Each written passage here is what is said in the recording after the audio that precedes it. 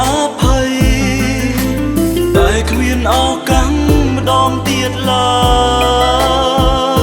យ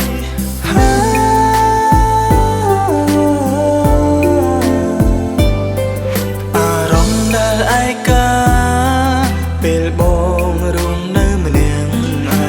ងទើបដឹងថាខ្លួនត្រូវឈឺចាំប៉ុណ្ណាបងអាចយល់ចិត្តអូថាអូនឈឺចាំបែបណាមិនខំពីបងពេលនេះបើបងអាចបងវិលផែនដីឲ្យវិលថយក្រោយបងមិនបណ្ដោយឲ្យអូនរងទឹកភ្នែក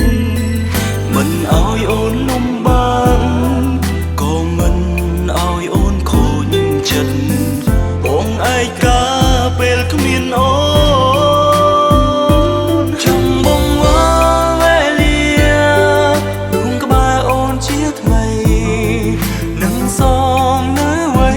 ដែលធ្វើខុសរឿងដែលកន់ឡងហួងបងសូមអូនអភ័យតែគ្មានឱកាសម្ដងទៀតឡើយចង់ស្រែកផ្ដាំមេឃី